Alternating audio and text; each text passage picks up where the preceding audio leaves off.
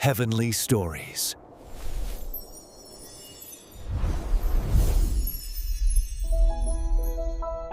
The land of Israel was trembling under the weight of fear. For 7 long years, the Midianites had swept through the valleys like a swarm of locusts, leaving nothing but ruin behind. Their camels were countless, their warriors fierce, and their raids relentless. Every harvest, the Israelites saw their grain stolen, their livestock taken, and their homes trampled under foreign feet. People hid in caves and mountains, whispering prayers to the God of their ancestors, wondering if he still remembered them. In this atmosphere of despair, there was one man named Gideon. He was not a warrior, not a leader, and certainly not someone who thought himself chosen for greatness. When the story first finds him, he is hiding. Gideon was threshing wheat in a winepress, a pit hidden from view, because he feared the Midianites would steal the grain if he worked in the open. To anyone looking, he seemed like just another ordinary man, an Israelite trying to survive. But heaven saw something different. The angel of the Lord appeared and sat beneath an oak tree in Ophrah, watching Gideon's secret labor. Then the angel spoke words that would change the course of Israel's history. "The Lord is with you, mighty warrior." Gideon froze, hardly believing his ears. Mighty warrior, he thought. He wasn't even brave enough to thresh wheat in daylight, let alone lead men into battle. Looking up, he answered with bitterness in his voice. "If the Lord is with us, why has all this happened? Where are all his wonders that our ancestors told us about? The Lord has abandoned us and given us into the hand of Midian." But the angel's gaze did not falter.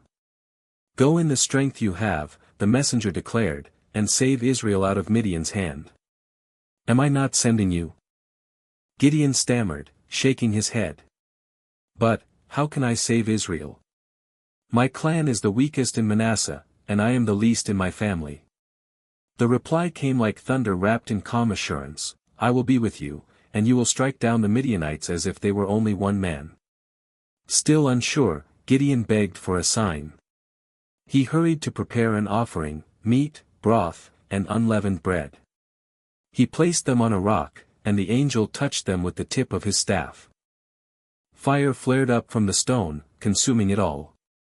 In that moment, Gideon realized he was standing in the presence of God's messenger, and fear gripped his heart. That night, God gave Gideon his first test of obedience. He was commanded to tear down his father's altar to Baal and the Asherah pole beside it, then build an altar to the Lord and offer a bull in sacrifice. Though afraid, Gideon obeyed, but he did it under cover of darkness. When morning came, the townspeople were outraged to see their false altar destroyed. They demanded Gideon's death. But Gideon's father, Joash, stood up in defense. "If Baal is truly a god, let him fight for himself." His words silenced the crowd, and Gideon's courage began to grow, little by little. News of Gideon's defiance spread, and soon after, the Midianites and Amalekites crossed the Jordan River with armies vast as the sea. They camped in the valley of Jezreel, preparing to crush Israel once more. The Spirit of the Lord came upon Gideon, and he blew a trumpet, calling the tribes of Israel to follow him. Yet even then, Gideon's heart trembled with doubt. He prayed for confirmation, laying a fleece of wool on the threshing floor. "If you will save Israel by my hand, as you have promised," he pleaded, "let the fleece be wet with dew while the ground remains dry." In the morning, it was so, the fleece was soaked, but the ground was dry. Still uncertain, Gideon asked once more. This time, he requested the opposite, the ground wet, the fleece dry. Again, God answered. It was clear, God had chosen Gideon. A man who saw himself as the least, the weakest, and the most unqualified was about to become the instrument of Israel's deliverance. But Gideon had no idea just how small his army would become, or how mighty God's power would prove to be. The Israelites answered Gideon's call with enthusiasm at first. Thousands of men gathered by the spring of Harod, trembling with a mix of hope and fear. Gideon looked over them, feeling the weight of responsibility heavier than any armor could bear. These were his countrymen, his neighbors, and their families had suffered under the Midianite yoke for years. He wanted to inspire courage, yet he knew that courage alone would not secure victory. God, seeing the hearts of men, told Gideon something unexpected: the army is too large. If they win by their own strength, Israel will boast that they saved themselves. Bring them down to only 300 men, and I will give Midian into your hands. Gideon's jaw dropped. 300. How could such a small band hope to face an army that covered the valley like locusts in a storm? But he obeyed. God instructed Gideon to test the men at the spring. Some drank directly from the water, kneeling to lap it like dogs. Others scooped water into their hands and brought it to their mouths. God told Gideon, "Separate the men who lap from those who kneel. Take the ones who lap, they will go with you." 300 men remained, chosen not by strength alone, but by obedience and vigilance.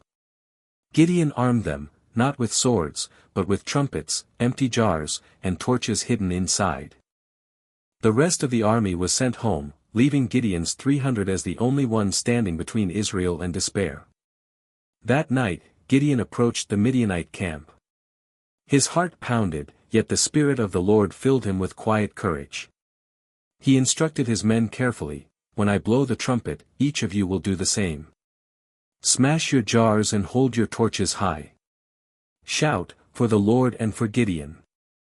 The men trembled but obeyed. And then, as the first trumpet sounded, the still night erupted in chaos. The jars shattered, torches flared like fireflies in the darkness, and the shouts of the 300 echoed through the hills. Confused, the Midianites mistook each flicker of light for a massive army attacking from every direction. Panic spread faster than any army could march. Men turned on each other in fear, and in the dark, their camp dissolved into a whirlwind of terror. Gideon's 300 pressed forward, shouting and blowing trumpets, driving the enemy into a valley where their own confusion made them stumble over one another. By dawn, the Midianite army had fled. The valley, once filled with fear and oppression, now rang with cries of victory. Israel had been saved, not by might, not by numbers, but by faith and obedience. Gideon fell to his knees, thanking God for the triumph that was impossible by human standards. The story of Gideon and his 300 warriors became a living lesson for Israel, that true strength is found in trusting God, that strategy guided by divine wisdom can overcome impossible odds, and that even the least of men can accomplish great deeds when God's power moves through them. And though the people celebrated, Gideon remained humble, knowing that this victory was not his own, but God's. In the heart of a simple man, a legend had been forged, a story that would be told for generations as proof that faith and obedience could conquer even the mightiest of enemies. As dawn broke over the valley of Jezreel, the once mighty Midianite army had scattered like dust in the wind. Their camels stumbled in the uneven terrain, their soldiers tripped over each other in panic, and the cries of confusion filled the air. Gideon, standing at the forefront of his 300, did not hesitate. God had given him a clear instruction: pursue them, and let none escape. Though weary from the night's ordeal, Gideon and his men pressed forward. The torches that had terrified the Midianites were gone, replaced now by the early sun glinting off the remnants of broken jars and scattered weapons. Every step they took was a statement of faith, a declaration that Israel would no longer live in fear. The pursuit led them across hills and valleys, catching the enemy by surprise. Gideon's men shouted and blew their trumpets relentlessly, keeping the Midianites in a state of terror. Families that had once been enslaved or stolen by these marauders now watched from hidden vantage points as the oppressors fell into disorder. It was a reversal of roles that no one could have imagined. The hunted now became the hunters. In the chaos, the Midianite leaders, Oreb and Zeb, were captured. These were the very men who had brought destruction upon Israel year after year. Gideon executed justice swiftly, hanging them on the hills of the land they had sought to dominate. Their fate served as a warning: no one who stood against God's people would escape accountability. Gideon's victory rippled across the tribes of Israel. The oppressed felt a new sense of hope. The survivors of Midianite raids returned to their homes with their families and possessions intact. The valley, once desolate and broken, now hummed with the sounds of life. Farmers returned to their fields, children ran through the streets, and elders lifted their voices in songs of gratitude. But amidst the celebration, Gideon remained a man of humility. He refused to crown himself king or claim the spoils of battle. Instead, he reminded the people that their triumph was not a product of military strategy alone, but of God's power working through obedience. "The Lord has delivered us," he said, "not by the strength of our arms, but by his Spirit and his plan." In the years that followed, Gideon continued to lead Israel with a heart devoted to justice and faith. He organized the people, tore down remaining idols, and reminded the tribes of the importance of trust in God over reliance on numbers or might. Yet he also carried a quiet sorrow. Even after such a miraculous victory, he knew the human heart was prone to doubt, to forgetting, and to straying from the path of righteousness. Gideon's story, however, became a beacon. Word spread of the man who had defeated thousands with only 300, a man who had listened to God's whispers and acted with courage beyond his own understanding. Songs were sung of the night when torches lit the valley and trumpets shattered the enemy's fear. Children learned the tale as a lesson in faith, elders shared it as a testimony to God's power, and the tribes of Israel carried it forward as a guiding example of hope, strategy, and divine intervention. Through the pursuit and the triumph, one truth shone above all: victory is not measured by the size of the army, but by the size of one's faith and obedience to God.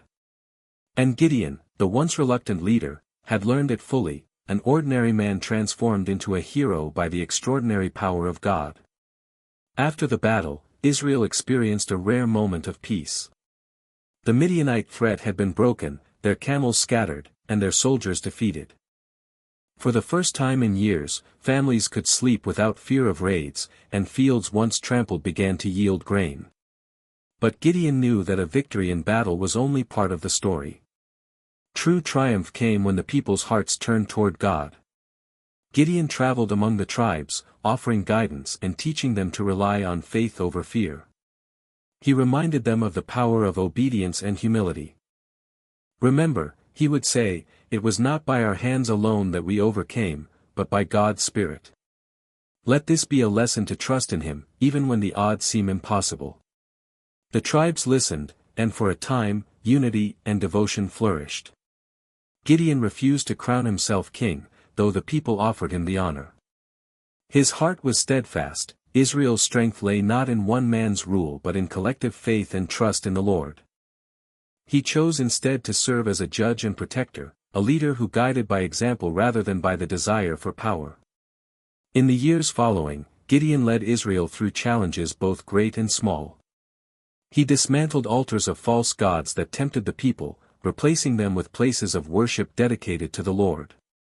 He resolved disputes between tribes, ensuring justice and fairness, and reminded everyone that prosperity was a blessing of obedience, not conquest. Despite his humility, Gideon faced personal struggles. The shadow of doubt still lingered in the hearts of some Israelites. Fear and greed sometimes returned, tempting the people to forget the miraculous victory that God had granted. Gideon, however, remained vigilant.